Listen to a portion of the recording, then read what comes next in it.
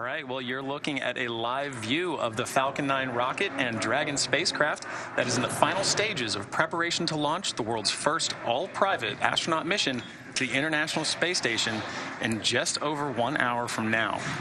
Today's launch marks the next step in evolution of the human spaceflight story.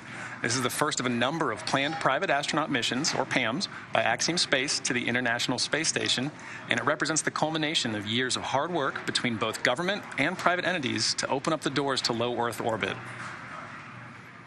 My name is John Rackham, and I am the Crew Systems Deputy Manager at Axiom Space, based out of Houston, Texas. For awareness, we are cycling orbit tank isolation valves to equalize low flow pressure.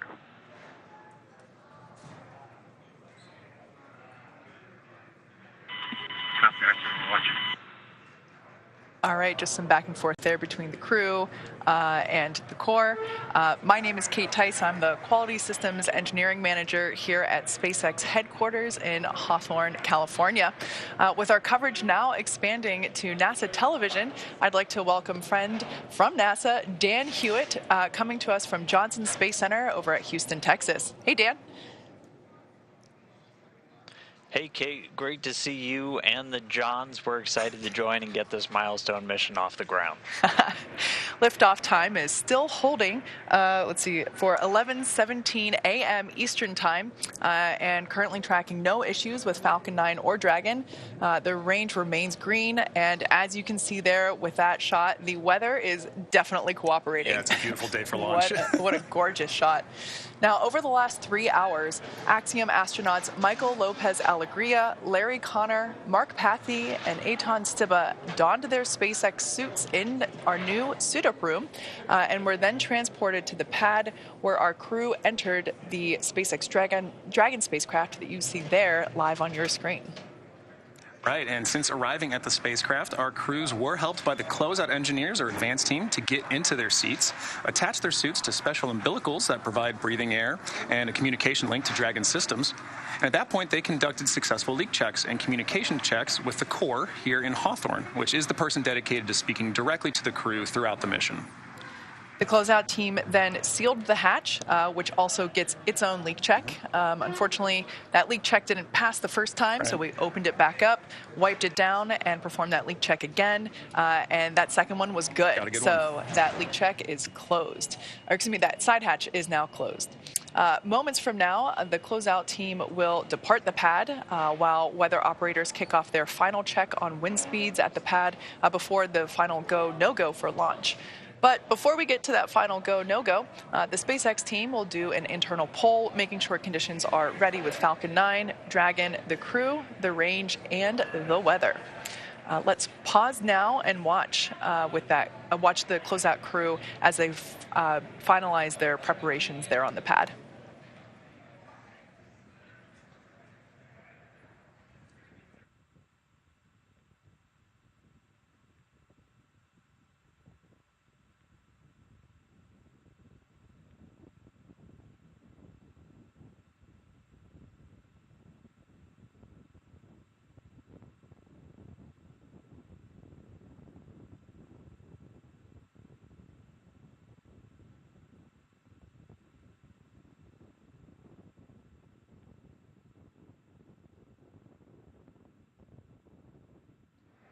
As you can see, the crew there on the right-hand side of your screen continuing to wait another 57 minutes until we lift off from pad 39A, which you can see there on the left-hand side of your screen.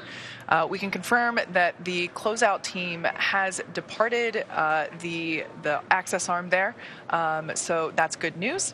Now, as the countdown continues, let's take a moment to get reacquainted with our crew today. So the AX-1 mission is commanded by retired NASA astronaut Michael Lopes-Allegria, a Spanish-American who was born in Madrid, Spain, and is also called Mission Viejo, California, as well as Boston, Massachusetts home. Michael is a U.S. Navy captain and has flown 3 times aboard the space shuttle and once aboard Soyuz, so he has quite a bit of flight pedigree.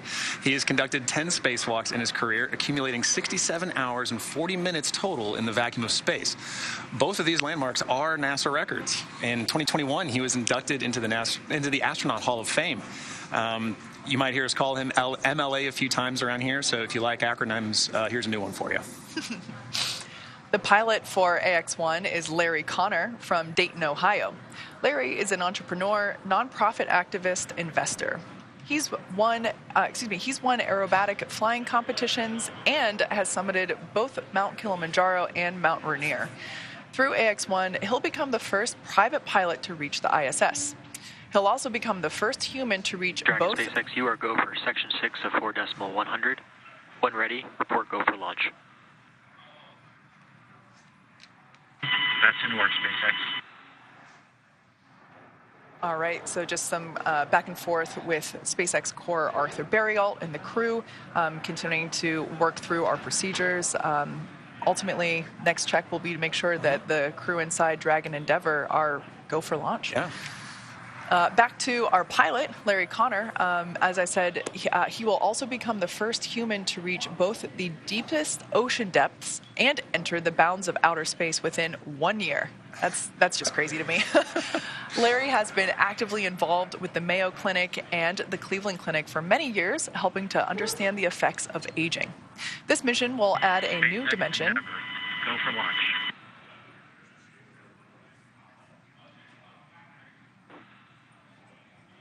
Copy that, Endeavour. Crews go for launch. All right. So that is fantastic news. That's basically 4 thumbs up inside Crew Dragon right now. So really good news there. Yeah. So continuing out our crew, moving on to Mission Specialist 1, Eitan Stibbe will become the second Israeli ever to fly to space.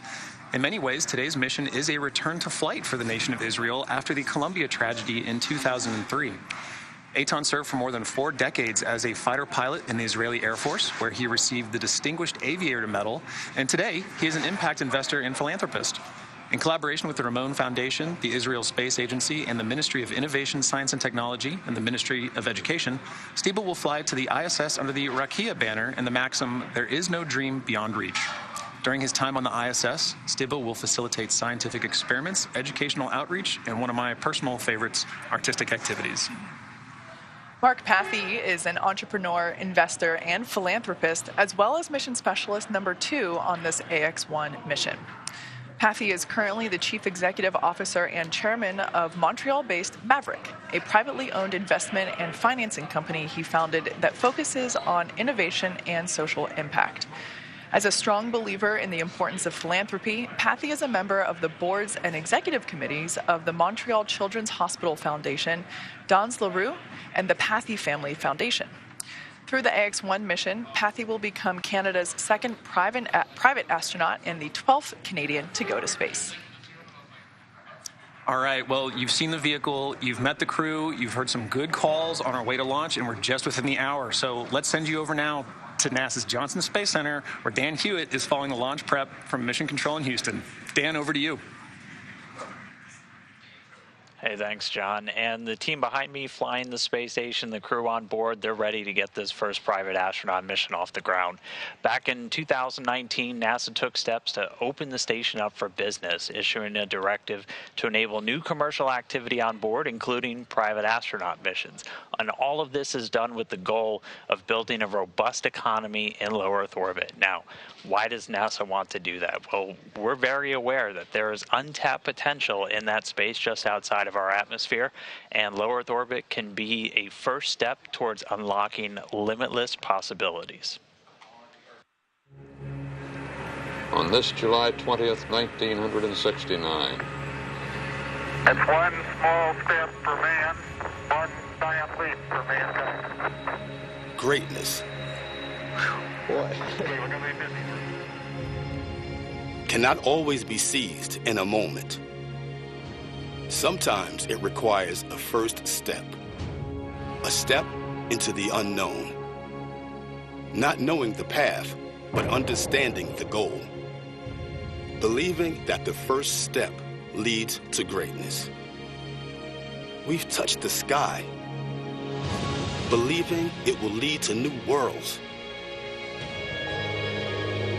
We've left our home, believing in a brighter future. We've come together, believing in shared goals. We've stayed and learned, believing in benefits for all.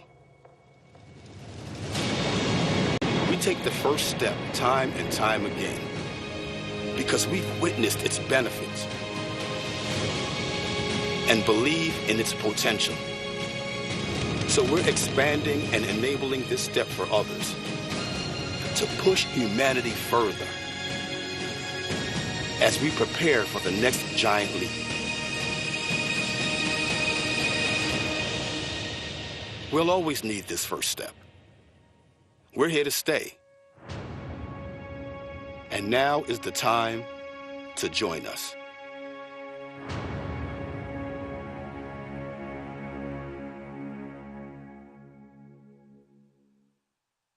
And low Earth orbit is that first step. And for NASA, we're in it for the long haul. For the last more than 20 years, we've shown that you can get incredible value from doing research and technology demonstrations in low Earth orbit on the station. And along the way, we've continually increased our work with commercial organizations, flying research, payloads, entire facilities, experiments, and working with U.S. companies to fly cargo and crew to the station, the latter of those laying the groundwork for the mission we're seeing about to launch today. And we're continuing to look ahead onto the horizon, working with companies like Axiom and others to get a jump start on developing new destinations in low Earth orbit where future astronauts, and not just those from NASA, will be able to go and explore and do research just outside of our atmosphere. So we've got our sights on the horizon, and our ultimate goal is for NASA to become one of many customers in this new economy in low Earth orbit as we set our sights on deep space exploration, heading back to the moon and beyond under the Artemis program. Now, the AX-1 mission's a good example of the public and private partnerships that are going to make that future vision a reality. But to take a little bit deeper of a dive, let's jump over now to my colleague, Megan Cruz, who's standing by at Kennedy Space Center with NASA Administrator Bill Nelson. Over to you, Megan.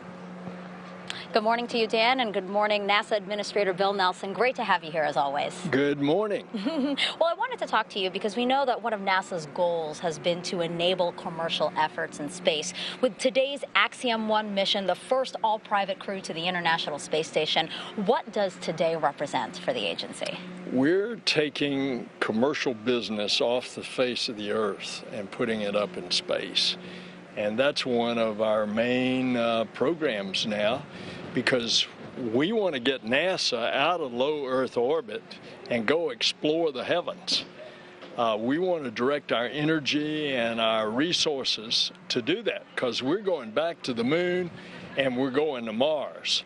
And so we want, for example, we're going to continue the space station for another 8 years. Yep. We want to have commercial space stations. NASA wants to become the ability to lease space on a commercial space station instead of having the responsibility of the space station. Yeah, let's talk a little bit more about that, because I know that we've seen success with commercial cargo missions, commercial crew missions. Are commercial stations next? Indeed. That's what we're doing today. We are bringing a commercial company to our ISS. We are then going to have them attach a commercial module to the International Space Station. And then we're encouraging the building. We've got initiatives out there in private industry right now to build a commercial space station. And then all of our international partners on the space station, we're taking with us out into, for example, lunar orbit. The Gateway, which is like a space station in lunar orbit, is going to be a number of nations landing on the moon. We're going to have other nations participate as well. Yeah, it seems like there's a lot of partnerships going forward with NASA to accomplish some of the big goals that we have.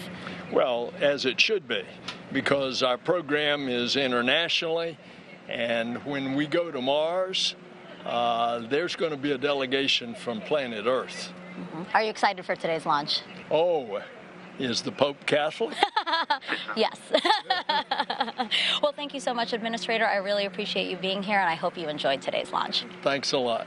All right, back to you guys at Hawthorne. We're at T-minus 46 minutes, 10 seconds. We've just heard from the SpaceX launch director. brief the CE or LD, and they will approve aborting the countdown. For urgent issues affecting the safety of the operation, operators shall call hold, hold, hold on the countdown net. Launch control will abort the launch auto sequence and immediately proceed into launch abort. At T-minus 10 seconds, launch control will be hands-off and relying on automated abort criteria for the remainder of the count.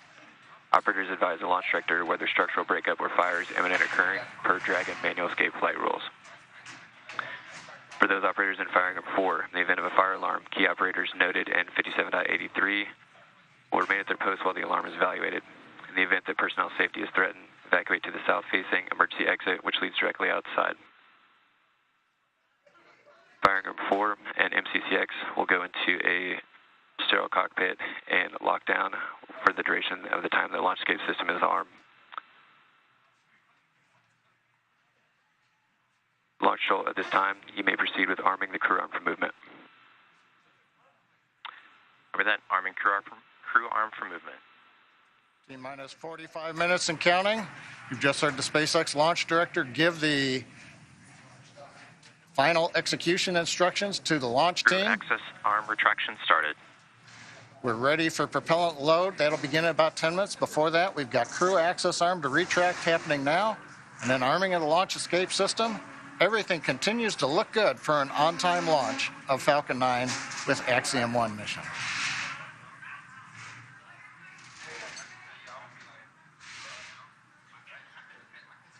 Dragon SpaceX for tablets. Go ahead, Arthur. As we prepare to step into LES arming, I need you to verify that the elastic bands are over the corners of all of the iPads in the vehicle.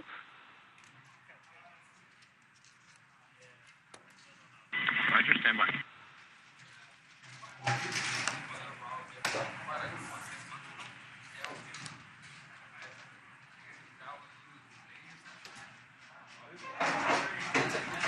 SpaceX Endeavor, Arthur, I can confirm that the elastic bands on the satchels are around the tablets and all the things.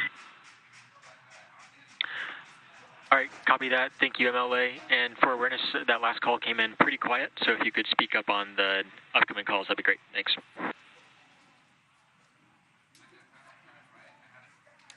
Okay.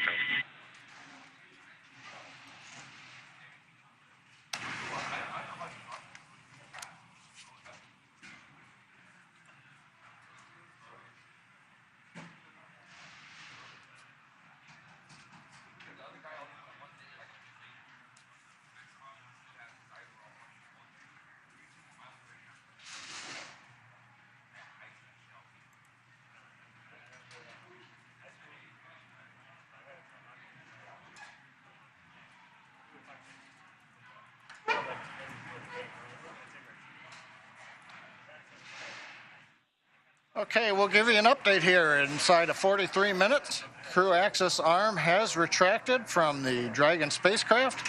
Next up, we've got launch escape system arming. And then at T-minus 45 minutes, or T-minus 35 minutes, we'll begin loading propellant onto the Falcon 9. So right now, Falcon 9s go, Dragons go. Weather looks good, and the range areas are also cleared for launch. So Kate, John, everything is looking good.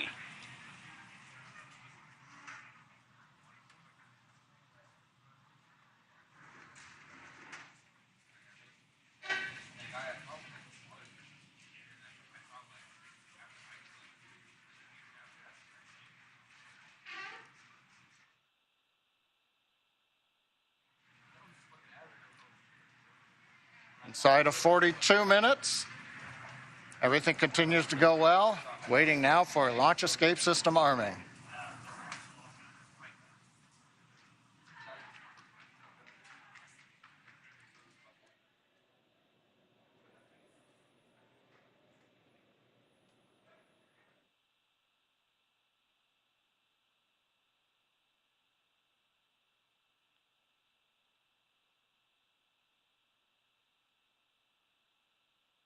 Endeavor SpaceX for launch escape system. Go ahead, Arthur. All right, MLA, at this time I can give you a go to step through section 7 of 4.100, close visors and arm the launch escape system. That should work.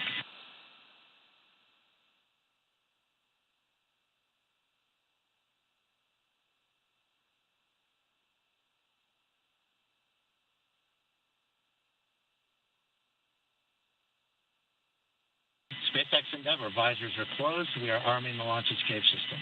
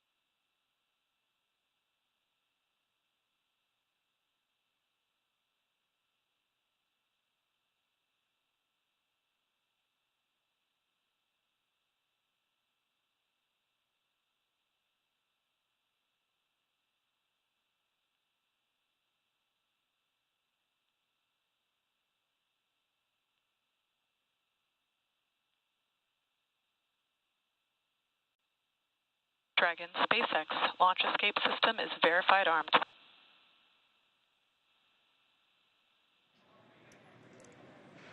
Copy, SpaceX. All right, there you heard it. The launch escape system is now armed. You can see there the crew in their seats with the visors down. Launch escape system, is the first of its kind escape system. It provides escape capability all the way to orbit. It's a really important function to have. Obviously, no intention of using it today, but that's what those call-outs were there back and forth that we just heard. Right, and as we heard earlier, too, from Administrator Bill Nelson, the importance of low Earth orbit. So speaking of just how valuable low Earth orbit is, the crew of X-1 will be conducting a tremendous amount of science over the course of their 8 days on board the ISS. And not only does that include 25 Axiom-managed studies, but it also includes the Axiom crew participating in efforts that extend far beyond this mission. Some of those we actually looked at earlier. One of these broader studies is a series of health monitoring tests before and after the flight. A few days ago, I was able to connect with Dr. Emmanuel Riquetta to talk about the ongoing research this crew will participate in on behalf of the Translation Research Institute for Space Health, also known as TRISH. Here's our conversation. Dr. Riquetta, welcome. It is wonderful to get to talk to you. Please introduce yourself and tell us, what is TRISH? Absolutely. My name is Emmanuel Riquetta, and I'm the Chief Medical Officer at the Translational Research Institute for Space Health. And I'm also faculty at Baylor College of Medicine in Houston, Texas. The Translational Research Institute for Space Health, or TRISH, we're partners to the Human Research Program at NASA. And one of our main goals is to find and fund new disruptive research that is high risk but potentially high reward, with the end goal of keep humans healthy both in space and on Earth. And we have been working with commercial spaceflight missions since last year, and Axiom 1 is our 4th commercial spaceflight mission. That's really fascinating. Can you tell us a little bit more about your primary areas of focus or what you're studying on this mission? Yeah, so TRISH focuses mainly on the high priority areas of human spaceflight research. And I would say the 3 highest priority areas are radiation, behavioral issues that come from being isolated and confined in space. And the third one is how your body changes while you're in a different gravity field, either a 0G environment like in space, or during different gravity fields when you are in the moon or Mars. Okay, interesting. So what kind of systems or hardware are you working with specifically to capture this data? For this mission, the hardware that we're using is absolutely optimized to provide, number one, the highest quality data, while being still easy to use, easy to implement, and being the lowest burden to the astronauts. So to collect all of this data, for example, vision changes, we have been using a small device, is roughly the size of a shoebox that you can see here. I have this here with me. So this is basically like having an optometrist on a box. Basically, the only thing that you have to do is just grab it, put it on your eyes, look at an object that is roughly 6 feet away from you, And after a few seconds, you get a prescription of your glasses as right here. So as I was saying, if there's any changes on astronauts during these missions, we'll be able to see how that changes with this device. We're also looking, I was mentioning, at behavioral changes, how being in an isolated and confined environment has any behavioral aspects. And for this one, we have been using a small tablet like this one, also to test the sensory motor adaptation, the balance disorders, and the space motion sickness. We're using a device like this. And for each of the crew members, we have a set of hardware like this, and it fits, the 4 sets of hardware fits on a medium-sized suitcase. So it is really easy to move wherever it needs to go for launch and landing. That's wonderful. So what are some of the intended outcomes or goals of the research you're doing? Yeah, so some of the outcomes and one of the main applications, number one for spaceflight that we want to get from this research is that short duration missions like Axiom 1 are very, very relevant in the context of Artemis missions. When we go back to the moon, the first missions are going to be roughly the same duration as Axiom 1. So anything new that we learn from these missions is going to be absolutely valuable. Really, every new piece of data that we collect in spaceflight could potentially solve and be that last piece of the puzzle that we're looking to complete what we need to know. Dr. Riquetta, thank you so much for speaking with us today. We wish you the best of luck. It is my pleasure. Thank you. All right, we are about 30 minutes out from launch of the historic AX-1 mission. It has taken an enormous effort from an incredibly dedicated and hardworking team to get to this moment. And that team wanted to take an opportunity to wish the crew of AX-1 well and Godspeed.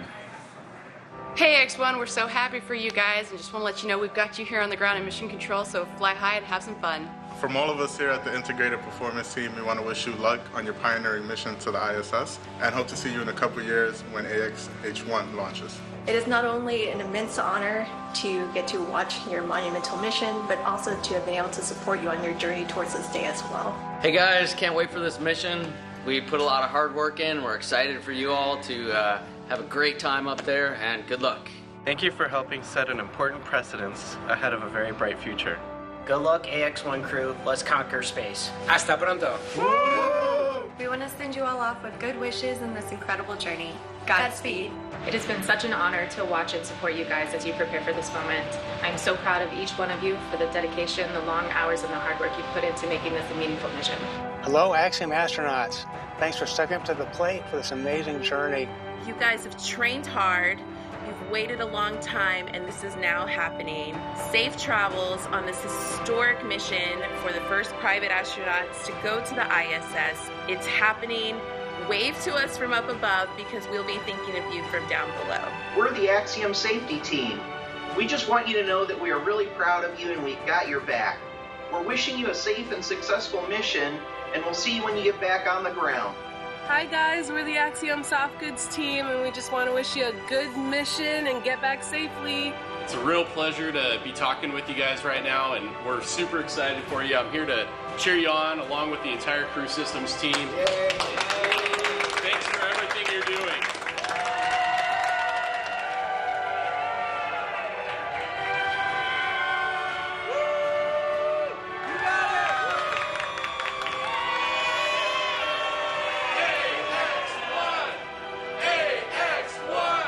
I wish you all the very best, the greatest of success, and the most fun and the most challenging, interesting thing in your life. Go big and enjoy your time on the ISS. We'll see you back on the ground. Hey guys, I am so proud of the Axiom 1 crew. It's so fun to be a part of something bigger than you and to contribute. Most important thing to remember, guys, take some time to look out the window and appreciate where you are. It's space.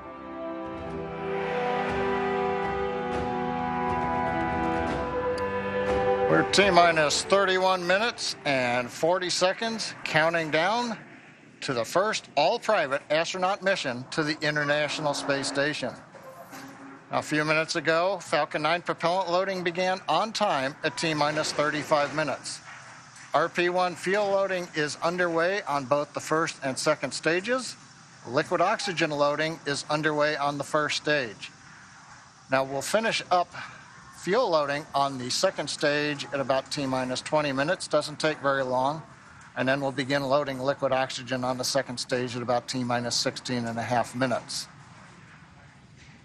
We'll continue propellant loading on Falcon 9 up until about T-minus 2 minutes. Now, speaking of propellants, the Dragon spacecraft was loaded with its propellants about a week and a half ago, just a few miles down the road from the launch site at what we call Dragonland. In order to fly, Dragon needs a fuel and an oxidizer. Start of stage 1 cryohelium loading. For the fuel, we use monomethylhydrazine, or MMH, and nitrogen tetroxide, or NTO, for oxidizer. Now, together, these propellants feed the Draco engines that will maneuver Dragon on orbit, changing its attitude, raising its orbit to get to the space station. But that propellant also serves a second purpose, and that would be to use in the 8 Super Draco engines that would power the launch escape system in an escape scenario. But right now on pad 39A, nice view of Falcon 9 with Dragon there. You can see the crew axis arm has retracted away from the Dragon spacecraft. The 4-person crew is inside Dragon right now. The launch escape system is armed. Propellant is going into the Falcon 9. So since we are at this stage with the launch escape system armed, that means the 8 Super Draco engines inside the Crew Dragon are ready, if needed, to launch the capsule away from the Falcon 9 rocket in an instant, should there be any kind of emergency associated with the rocket or the pad. We have the ability to use a launch escape system right now if it was needed. A couple other status items. Weather, as you can see, looks good. Probability of violating the launch commit criteria is less than 10%. The only thing we're watching is wind gusts, but we believe, having seen the wind for the last several hours, everything continues to look good. That should not be an issue. Weather is also good in the Atlantic Ocean should we need to use a launch escape splashdown site for the Dragon capsule. We've also got upper altitude winds we've been checking out. Balloons have been released by the range here recently.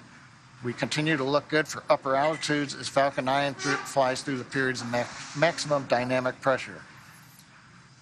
And finally, on the range, of course, we have cleared the danger areas, the hazard, the caution areas. Everybody's out of there except the 4-person crew up in the Dragon capsule, very top of the rocket you can see in the picture. So coming up, T-minus 28 minutes, 30 seconds, everything continuing to look good on Falcon 9 with Dragon for the Axiom 1 mission. Let's take a moment now to get acquainted with the vehicles that you see there on your screen. That's a live view of Falcon 9 with Dragon, our spacecraft on top. Falcon 9 rocket is a rocket, Falcon 9 rocket with the Dragon spacecraft on top together stands about 215 feet, which is almost 30 feet taller than the Leaning Tower of Pisa in Italy, which is 183 feet. Falcon 9 is a reusable 2-stage liquid-fueled rocket, which means that it's kind of like 2 rockets in one, the first stage and the second stage. Very cool. So talking a bit about that first stage. The first stage is the bottom 2/3 of the vehicle that you see there. Has that nice patina. It's been reused a little bit. It's covered in soot from a previous mission. That first stage is responsible for accelerating Falcon and Dragon through the Earth's atmosphere and into space. To do that, it has 9 Merlin engines at the bottom of that first stage. Prior to liftoff, the Falcon 9 first stage is loaded up with nearly 1 million pounds of fuel and liquid oxygen. And the Merlin engines on the first stage are optimized for sea level. These achieve 190,000 pounds of thrust during ascent and descent. The first stage accelerates the vehicle through the Earth's atmosphere into space and then separates the rest of the rocket at about 2.5 minutes into flight. From there, the first stage will do what no other orbital-class rocket in the world can do. It'll make its way back to Earth and target a landing on our drone ship, a shortfall of gravitas, which you see there on your screen. The seas look great. The blue skies, I don't think it could be any more picture perfect. No, it's like a desktop right there, I think. Our drone ships are essentially autonomous, powered spaceports that allow our rocket to land over the ocean. For reference, our drone ships are equivalent to the size of a football field. So while it may have looked kind of small on your screen, they're actually pretty ginormous in real life. It's got to be to hold a rocket, right? As mentioned previously, Falcon 9 is a two-stage rocket. It's 2 rockets in one. Above the first stage is the second stage. Now, the second stage has a single Merlin vacuum, or MVAC, engine, which ignites after the first stage separates. Cryo-helium loading.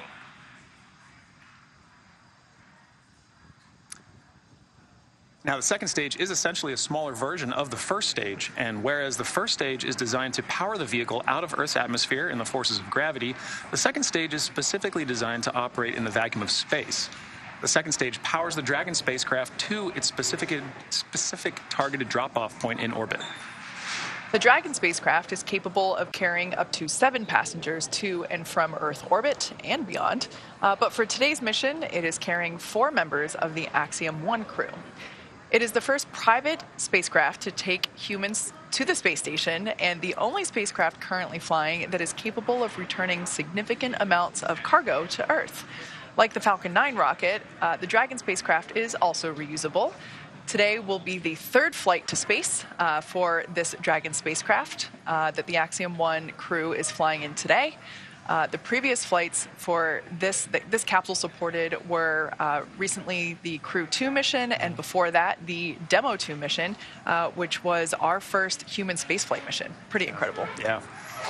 Now, as we await T0 in just under 25 minutes, the ground operations teams are doing a series of system checks to make sure both Dragon and Falcon 9 are ready for launch. Let's take a look at what the ascent portion of this mission will look like. Right, so once we hit T-0, we will watch Falcon 9 and Dragon lift off from historic launch pad 39A and make their ascent. At about 50 seconds into flight, Falcon 9's engines will throttle down to help pass through the period of maximum dynamic pressure on the rocket, or what we typically refer to as max Q. It's worth noting that once we hit max Q, the vehicle will be going supersonic.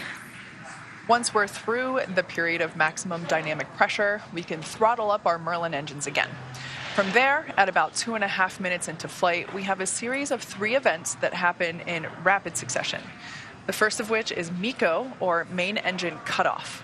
This is where all 9 Merlin engines shut off in preparation for stage separation, which, as the name suggests, that is where the first stage detaches from the second stage, with the first stage making its way back to Earth for landing as the second stage continues on its journey with the 3rd event. Right, now SES-1, or second engine start 1, is where the Merlin vacuum engine lights up and propels the second stage, along with our AX-1 crew, into orbit. As Stage 2 heads towards its targeted drop-off orbit, Stage 1 will execute 2 burns in order to make its way back to Earth. The first stage is the entry burn, where 3 of the Merlin 1D engines will reignite and then shut down. This helps to slow the stage down in preparation for entry back into Earth's atmosphere. While the first stage is heading back to Earth, the second stage will cut off its singular Merlin engine that was ignited right after stage separation. Once this happens, we'll wait for confirmation of good orbital insertion. About 90 seconds after Dragon gets into orbit, Falcon 9 will land back on Earth. The landing burn, which is a single engine burn, will bring the vehicle's speed down rapidly in order to land on the drone ship at about 9.5 minutes into the mission.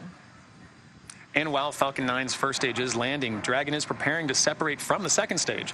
At about 3 minutes after the second stage gets into orbit, we should have a great view of Dragon with its 4-person crew drifting away from the second stage. Now, once Dragon is a short distance away, it will begin checking out its Draco maneuvering thrusters to make sure Dragon continues to increase separation distance from the second stage.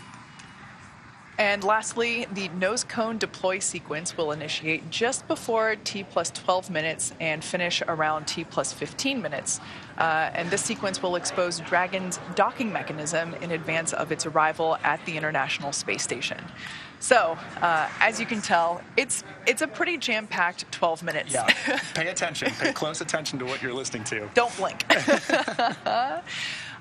With all of that in mind, let's head back over to Dan Hewitt for an update from the ISS team over at Johnson Space Center. Dan? Hey, thanks, Kate. Now, inside the room, the International Space Station Flight Control Room, Flight Director Scott Stover is leading the teams right now. But just about 4 hours ago, NASA Flight Director Diane Daly gave a go on behalf of the combined ISS team to the SpaceX mission director, just saying that ISS, or the space station, was go for launch. Now, to get there, we've got a list of flight rules, basically just guidelines for all of the major systems we have to make sure are functioning on board station before we can give a go to launch another crew up there. So we're looking at everything from those core critical command and control computers, verifying we have a good communication path through our tracking and data relay satellites, ensuring that the atmosphere, all of the life support systems on board are functioning, even the mechanical systems like the docking port where this mission is headed. So we're expecting today's flight to be about a 20.5-hour journey from launch to docking, with the Crew Dragon Endeavour headed towards the Node 2 Zenith. That's the space-facing port on the top of Node 2, the Harmony module on board the station. And once they get there, they're going to get welcomed by the Expedition 67 crew, which is made up of 7 individuals right now, 4 from our SpaceX through Crew 3 mission with 3 NASA astronauts and 1 ESA European astronaut, and they're joined by 3 cosmonauts that just arrived on station about 2 weeks ago. Now, so it's going to take them about 20.5 hours to get there. That docking right now is targeted for 11:45 GMT on Saturday. That's 6:45 a.m. here in Houston, 4:45 for the teams over in Hawthorne. And so once they get there, they'll be able to get out of their suits on board the Dragon spacecraft, while the team on board station moves into what's known as the hatch operations. Station Commander Tom Marchand is going to be pressurizing that small area between Dragon and the station hatches, and we expect it to be a little under 2 hours from docking to hatch open, and then we'll welcome the AX-1 crew on board the space station. So a lot to come with that 20.5-hour journey, but all that's going to start with a launch. So I'll send it back over to Hawthorne as we get into the final phases of the countdown. Back over to you, John. Right. Well, Dan, as you mentioned, it all starts with the launch. And Kate, it's looking like it's getting pretty busy here. People are excited about seeing a launch, right? Yeah, we're just now under 20 minutes until liftoff. As you could probably tell by the noise, the crew here, excuse me, the crowd here in Hawthorne, we're at SpaceX headquarters in Hawthorne, California, is starting to gather just beyond mission control here in the building. And you might be able to tell by the ambient noise, in addition to the live production noises that you also hear. You know, we are in a rocket factory.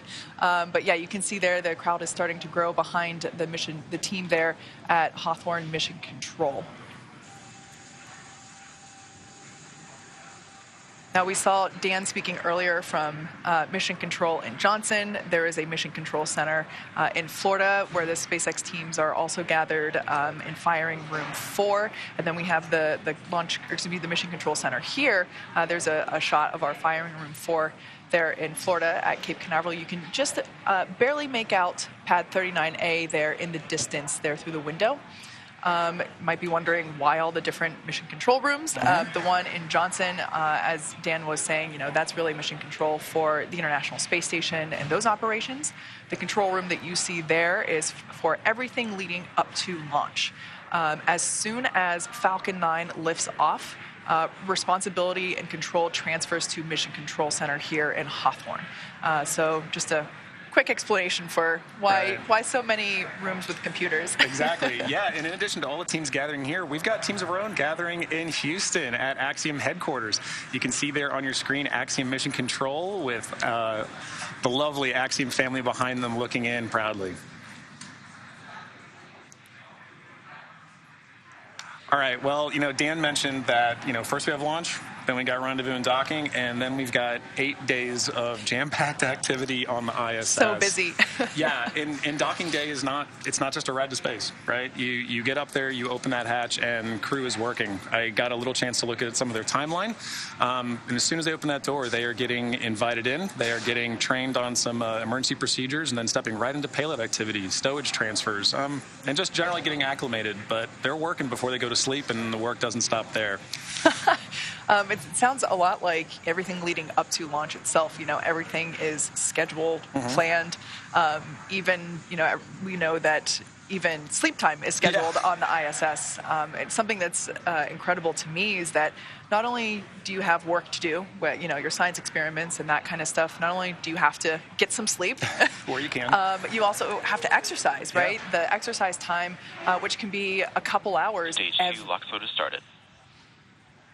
All right, so good news there. We have begun LOX load, liquid oxygen loading on second stage.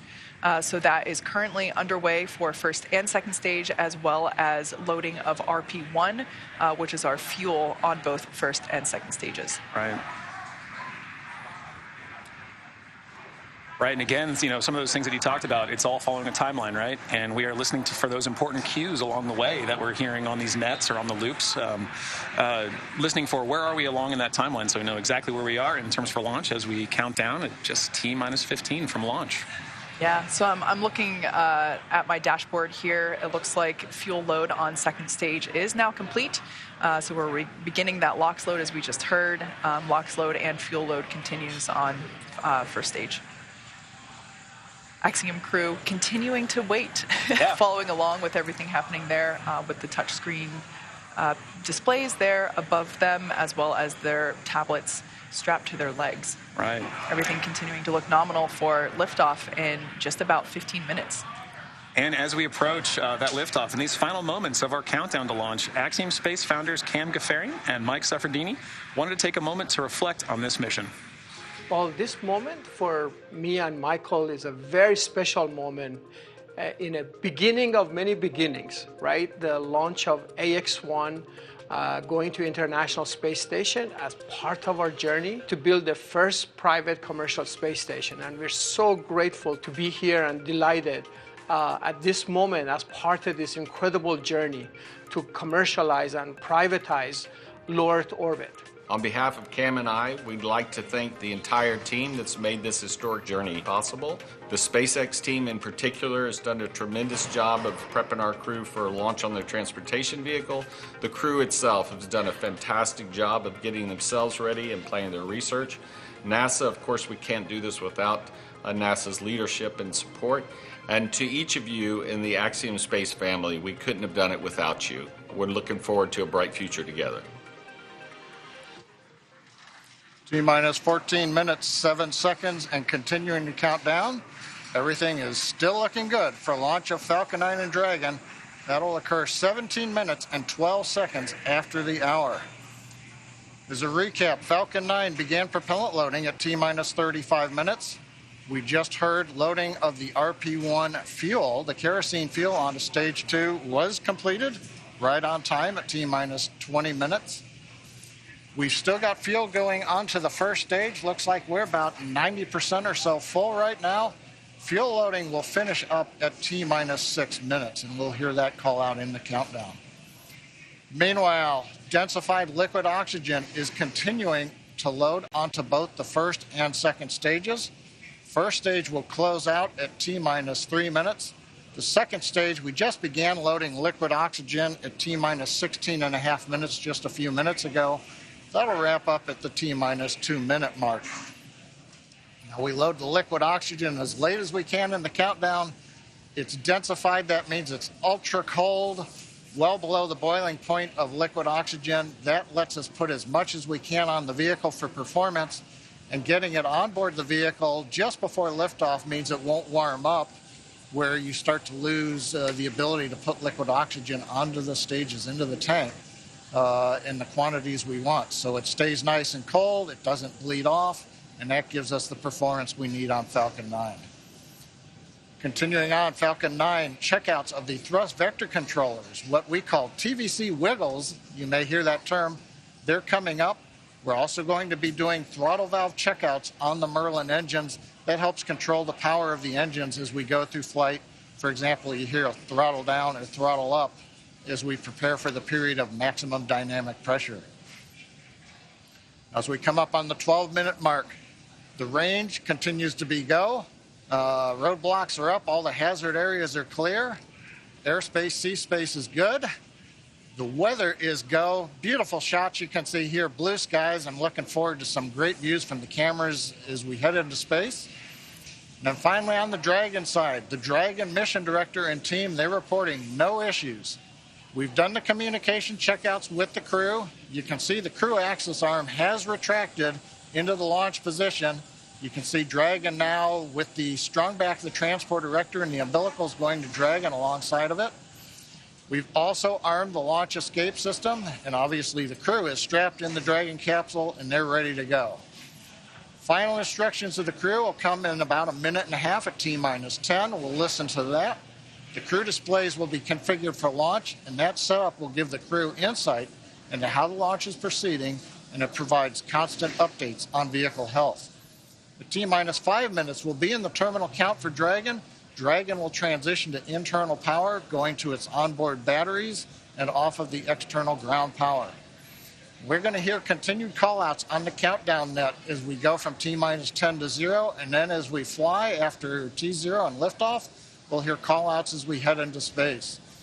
And that'll be letting the crew know as they reach each of the milestones. Now, next big event coming up at T-10 minutes is we're going to do launch commit criteria, and final instructions will be going to the crew. One other thing that you will hear is during ascent, you may hear 1 Alpha, 1 Bravo, 2 Alpha. These are launch escape states. As the Falcon 9 flies, if a launch escape was required, the crew on board knows where they are passing various points in the countdown, and that would tell Dragon what sequence of events to execute to come off of the Falcon 9 and bring the crew back safely down under the parachutes in the ocean. Right now, T-10 minutes. Let's listen in to the countdown now. Dragon, SpaceX, confirmed crew displays are configured for launch. SpaceX Endeavour, we confirm they're configured. Copy MLA, and on behalf of the entire SpaceX team, we're honored to have you aboard Endeavour for its 3rd flight to the International Space Station. Axiom 1 marks a new step in commercial spaceflight and research. We wish you a great mission, good luck, Godspeed, and enjoy the ride. Thanks for those words, Arthur. I've got a few of my own. I'm going to let my crewmate Eitan say it first, though. שלום. כמה ימים לפני שאנחנו מציינים את המסע הגדול שלנו לחירות, and a few minutes before launching on this journey, I wish to share with you the words of the Greek poet Constantine Cavafy that well describe the perspective of our marvelous crew. Keep Ithaca always in your mind. Arriving there is what you are destined for, but do not hurry the journey at all. Better if it lasts for years. So you are old by the time you reach the island, wealthy with all you have gained on the way, not expecting Ithaca to make you rich. Ithaca gave you this marvelous journey.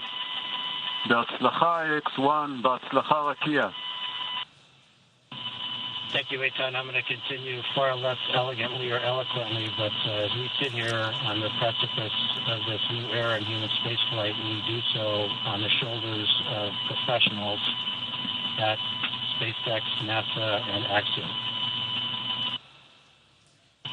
We want to thank all the teams at SpaceX, Falcon 9, Dragon, the launch team, of course, closeout team, all of the folks in mission control, and of course our training teams. With NASA, boy, it's been tough. You know, the first time was always hard, and there's no playbook. It's all open field running, but with ISS program, commercial LEO development, and flight operations, we've learned a lot, and we'll continue to do so. We want to thank Cam and Seth for their vision, but especially all the people at Axiom for putting this mission together with the amount of miracles that they performed. All of you, make no mistake, are the men and the women in the arena.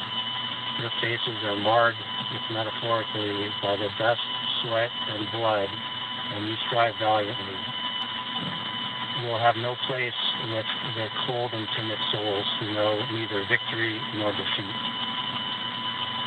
The crew of the great ship Endeavour is ready to sail her proudly, Arthur.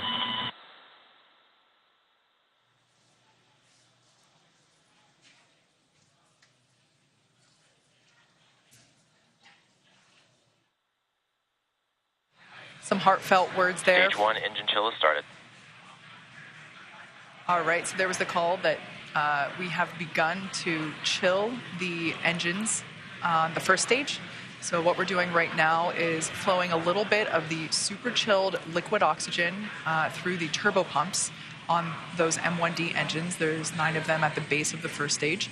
And that's essentially bringing them down to the temperature of that super chilled liquid oxygen to prevent any thermal shock to the hardware.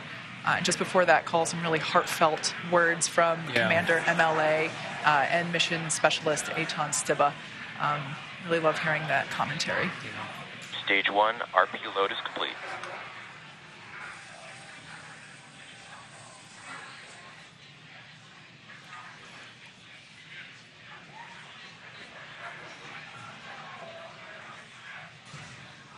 At this point in time, fuel is fully loaded on both the first and second stage. LOX loading continues on both stages.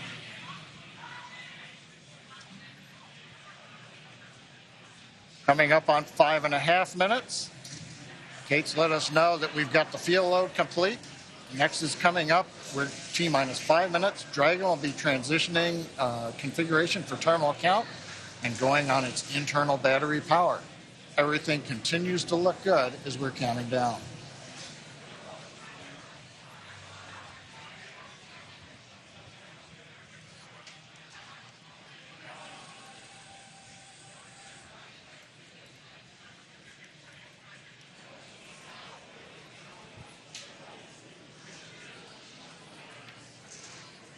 Dragon is in configure for terminal count. Falcon 9 tanks are pressing for strong back retract.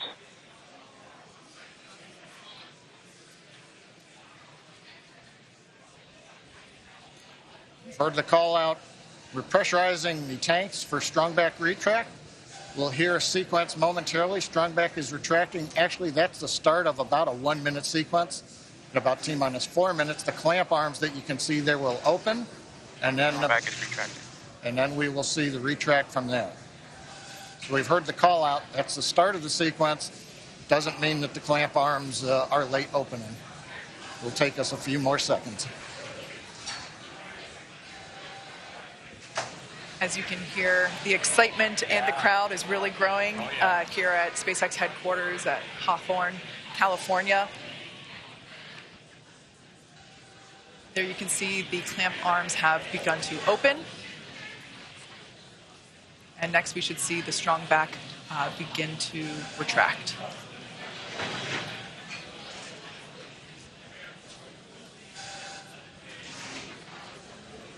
This structure is what we basically use to transport the fully integrated vehicle to and from the hangar to the launch pad.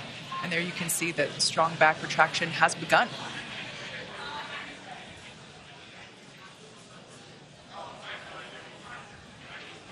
Everything continues to look nominal as we're now under 3.5 minutes until launch. RP1 fuel is fully loaded on first and second stage. Should be wrapping up LOX load on the first stage momentarily and continuing to fill on second stage. Stage 1 LOX load is complete.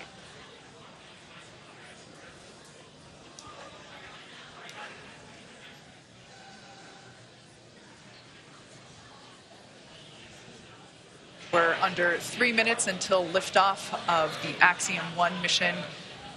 Dragon is in terminal count and is on internal power.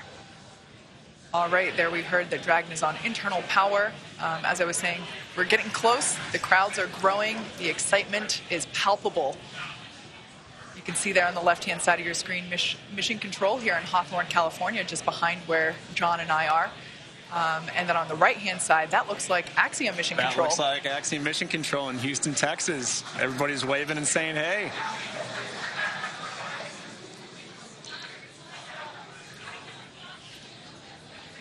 All right, at this point in time, that LOX load on first stage is complete. So the first stage is now fully loaded with all of its propellant. LOX load on second stage continues.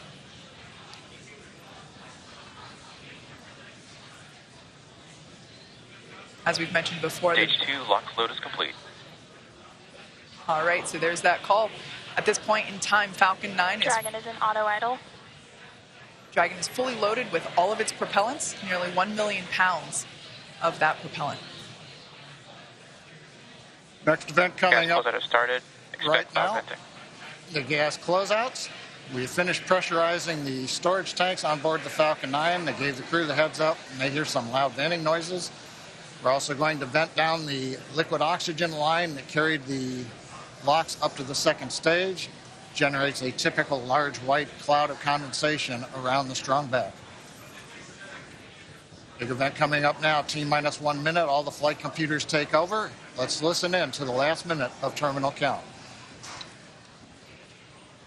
FTS is armed. Falcon 9 is in startup and now controlling. Dragon is in countdown.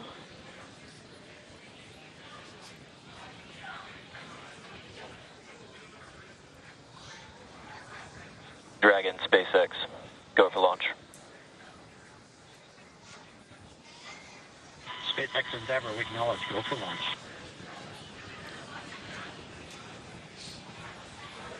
T-minus 30 seconds.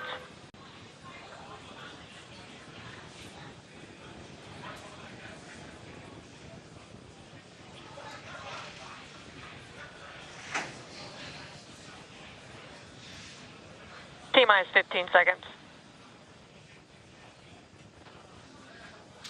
10, 9, 8, 7, 6, 5, 4, 3, 2, 1, 0. Ignition. Stop. Go Falcon, go Dragon. Godspeed, Axiom 1.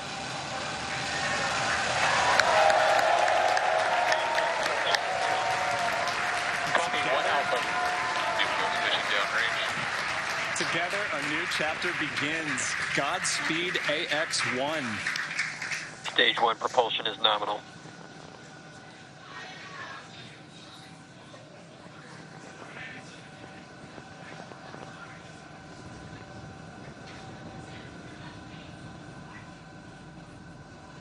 T-plus 38 seconds into this historic mission, flying crew on board Dragon and Falcon 9. All right, telemetry nominal.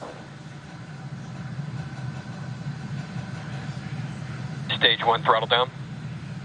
Throttling down in the preparation for max dynamic pressure.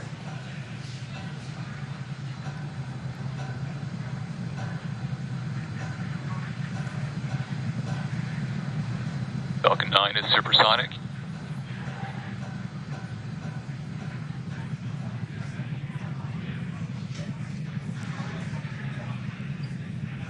XQ. Stage 1 throttle up. Merlin 1D engines coming back up to power. 1 Bravo. Copy, 1 Bravo. The crew calling out 1 Bravo should an escape situation arise. It tells the Dragon flight computer what profile to fly using the Super Draco engines. But everything is looking good on Falcon 9. We're getting nominal callouts from all the engineers and a great view from the ground camera and the onboard cameras. Invac chill underway.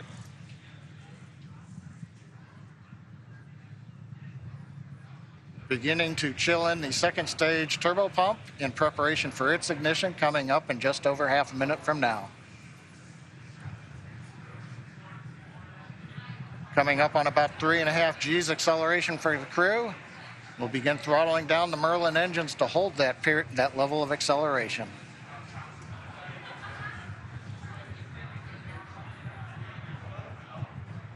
Next event coming up, we're going to get main engine cutoff of the 9 engines. Get stage separation and ignition of the second stage engine. You've heard the throttle down call out. We're holding 3.5 G's for the crew.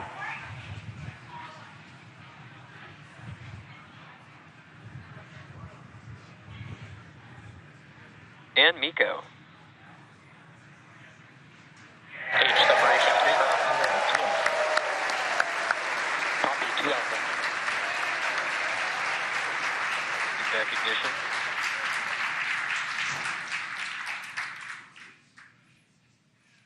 Successful stage separation and ignition of the second stage engine. On the left, the titanium grid fins beginning to slowly deploy. Great views from the first stage camera. The first stage now begins a slow flip maneuver. You can see the white nitrogen gas plumes as we reorient for an entry back through the Earth's atmosphere a little bit later in the plus count. Second stage, we see the engine nozzle glowing red. Everything continuing to look good on the second stage.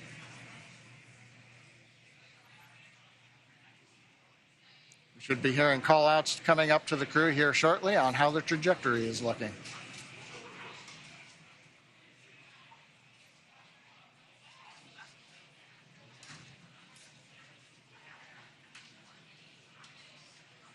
Dragon SpaceX, trajectory nominal.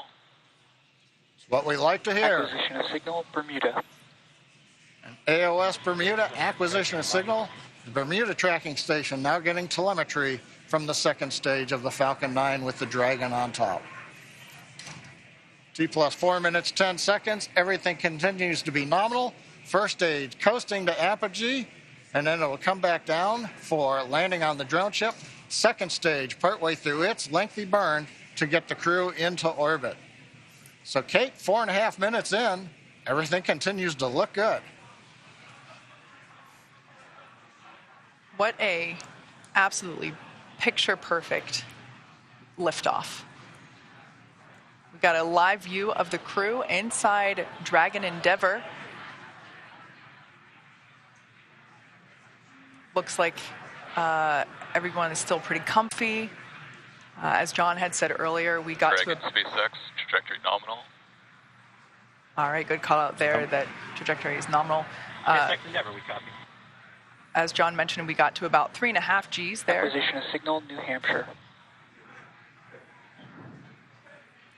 On the left-hand side of your screen, we can see the first stage as it is making its way back down to Earth.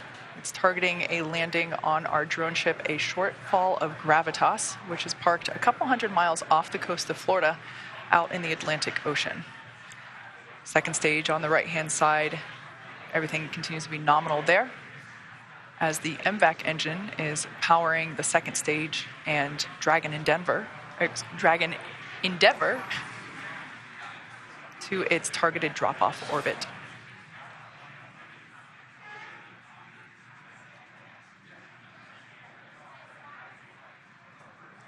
Absolutely beautiful views of both the first and second stages. SpaceX, trajectory nominal.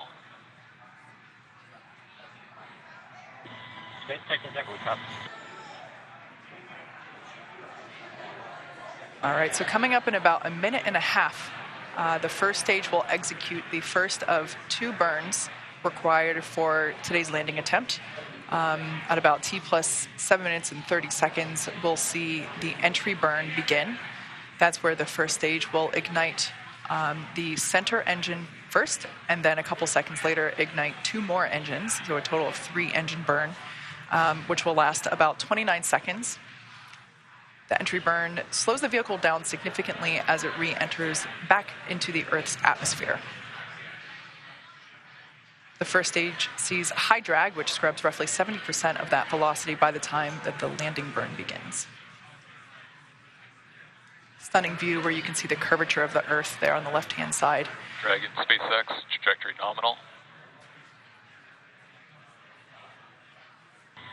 SpaceX Endeavour, we copy. There you can see the nitrogen gas thrusters. So that's the puff of gas that you see there occasionally. That's used for attitude control systems. We also utilize those grid fins that you see. There are 4 of them placed around the booster. And those grid fins also help steer for a precise landing, either at Stage 1 entry burn startup. Stage 2 flight. All right, there we can see that entry burn has begun. We are targeting a landing on our drone ship, a shortfall of Gravitas today. Everything continuing to look nominal with trajectory and MVAC performance there for our second stage on the right-hand side.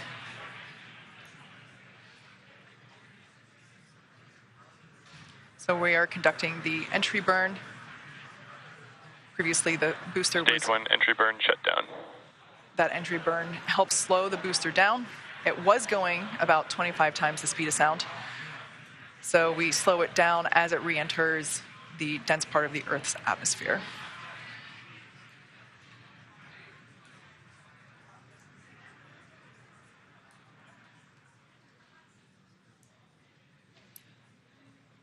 The next event is second engine cutoff, or SECO 1, as you see it there on the timeline at the bottom of your screen. Stage 2 and terminal guidance. That's where we shut down the MVAC engine, or second engine cutoff. Copy, Shannon. Stage 1 transonic.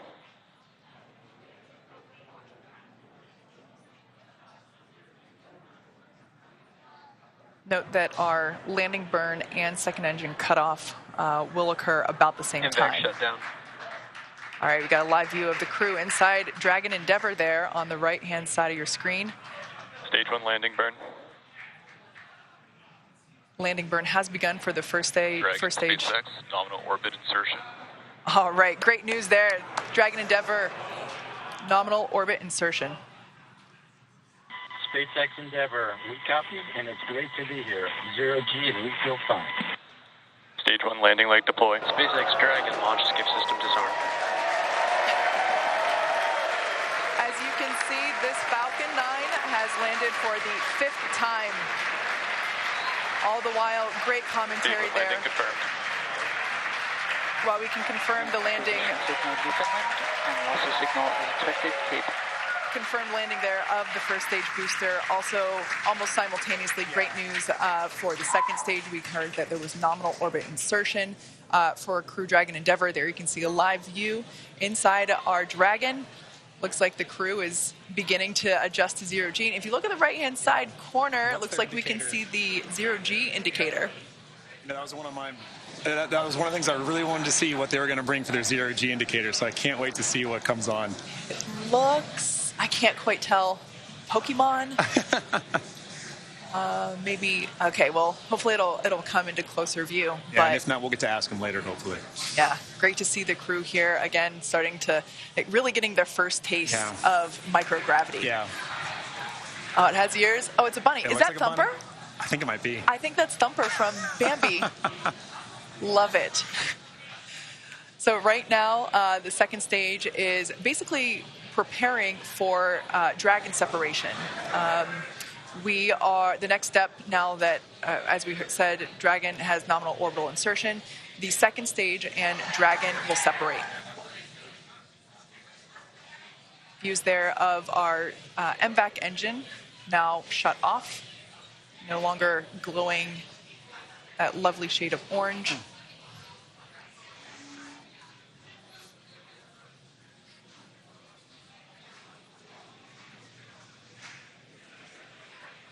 Right now, the second stage is about 200 kilometers above Earth. Preparing now for stage separation. Or, excuse me, for Dragon separation.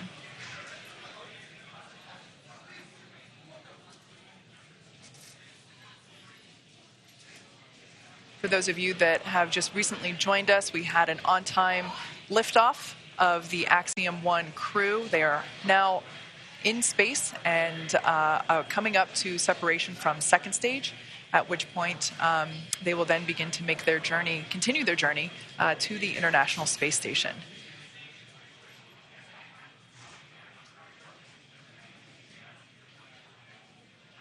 The view that you're currently looking at is inside the Dragon trunk, which, as you can see, has just separated from the second stage.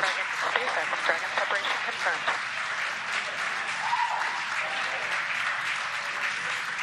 On behalf of the Falcon 9 team, welcome to space. Thanks for flying Falcon 9. You guys enjoy your trip to that wonderful space station in the sky. Do some great research for us.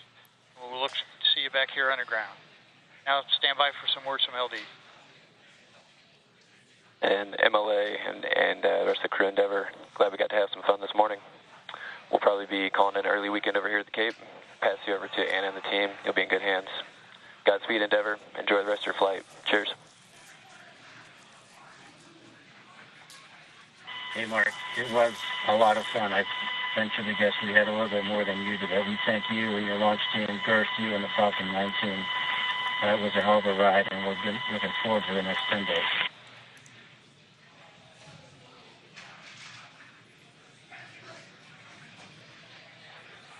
All right, some nice words there from a couple of key folks.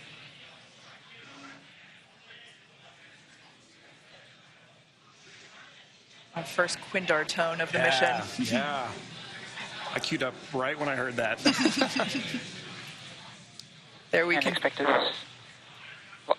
loss of signal, Bermuda and New Hampshire. There we can see Dragon Endeavour on its way to the International Space Station. It has separated. There's a view Dragon inside. SpaceX, we had nominal dehumidifier activation and service section Draco checkouts.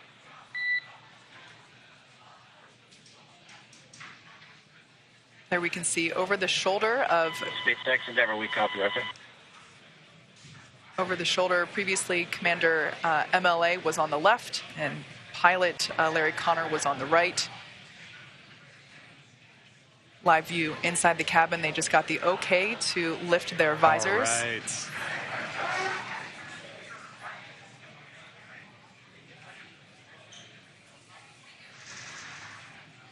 All right. So we can see that everyone is in space. Yeah. We can see that zero-G indicator floating around. Great view there of Dragon Endeavour. Now in space with the Axiom 1 crew on their way to the International Space Station. Yeah, I mean, this is a day of firsts. You know, this is my first time getting to participate in a launch like this. This is the first for Axiom. I mean, this is a first for spaceflight. And it's just wonderful to see such a picture-perfect launch. It really was. We saw the landing, and we saw orbital or zero-G insertion at the same time. I mean, that was perfect. Yeah. It was wonderful to see.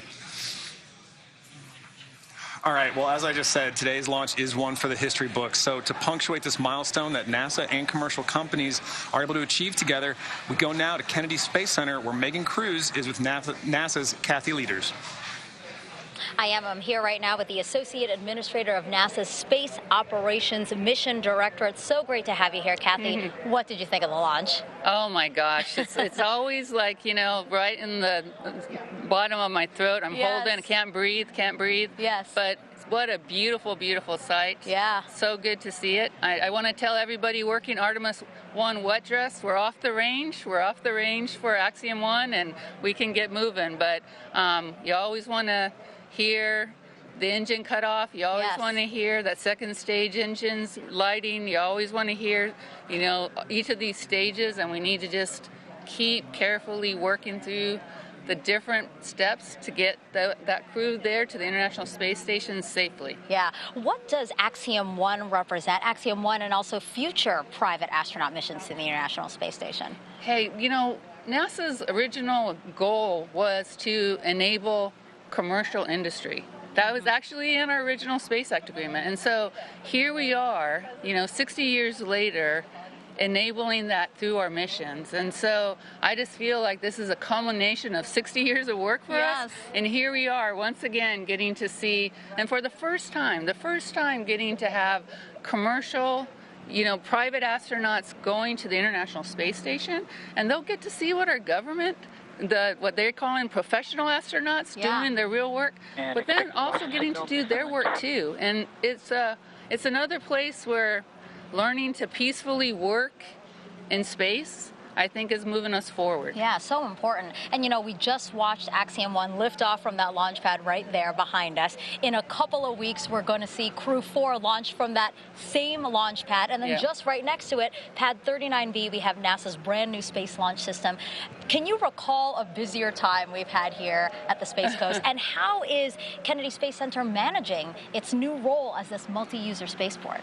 So I think somebody else, Bob Cabana had this dream of a multi-user spaceport here. So I think he should be very, very proud of his KSE team, and Janet Petro and her team are obviously leading the way right now, because this is not easy to do. It's not easy to go make sure all of these people have all the capabilities and are obviously working with our Air Force sister agency there too, and making sure that all these launches get supported in a seamless way. Just an amazing job. Yeah, a lot of juggling that has to happen. Yep. So, you know, I just talked about SLS. We are looking forward to the moon with that launch later this year.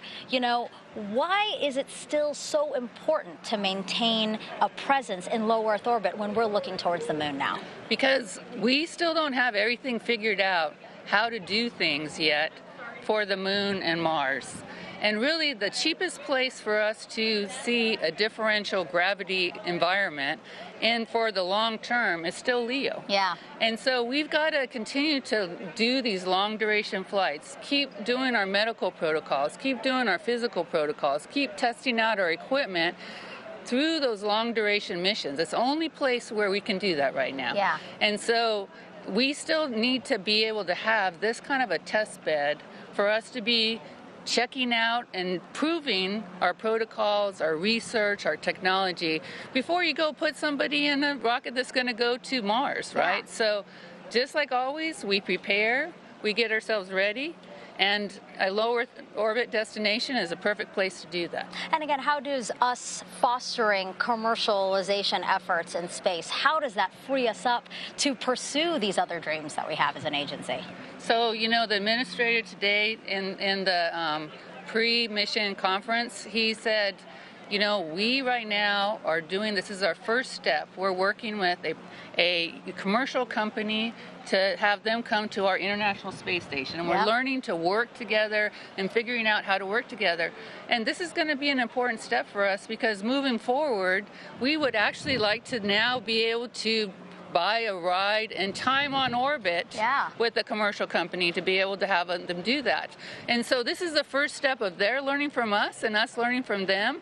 And then in the future, you know, we're going to have space station for another 8 years, but we would like by the early 2030s for us to be flipping the roles and have our professional astronauts going up and checking and doing and focusing on the research and technology we need for exploration, but allowing commercial providers to be doing the hard work of maintaining the laboratory. Kathy, what an exciting future. I'm looking forward to seeing it, and thank you again for being here. Thank you. All right, back to you, Dan. All right. Hey, thanks, Megan. It is great to see the AX-1 mission on orbit. The team here with the space station are ready. We're ready to get them on board. So their journey just started. They've got about 20 and a half hours until they're docked to the space station. Again, they're headed for the Zenith port on Node 2. That's the space-facing one on the very top.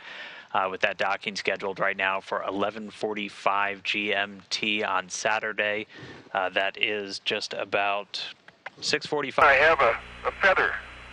In my right hand, a hammer.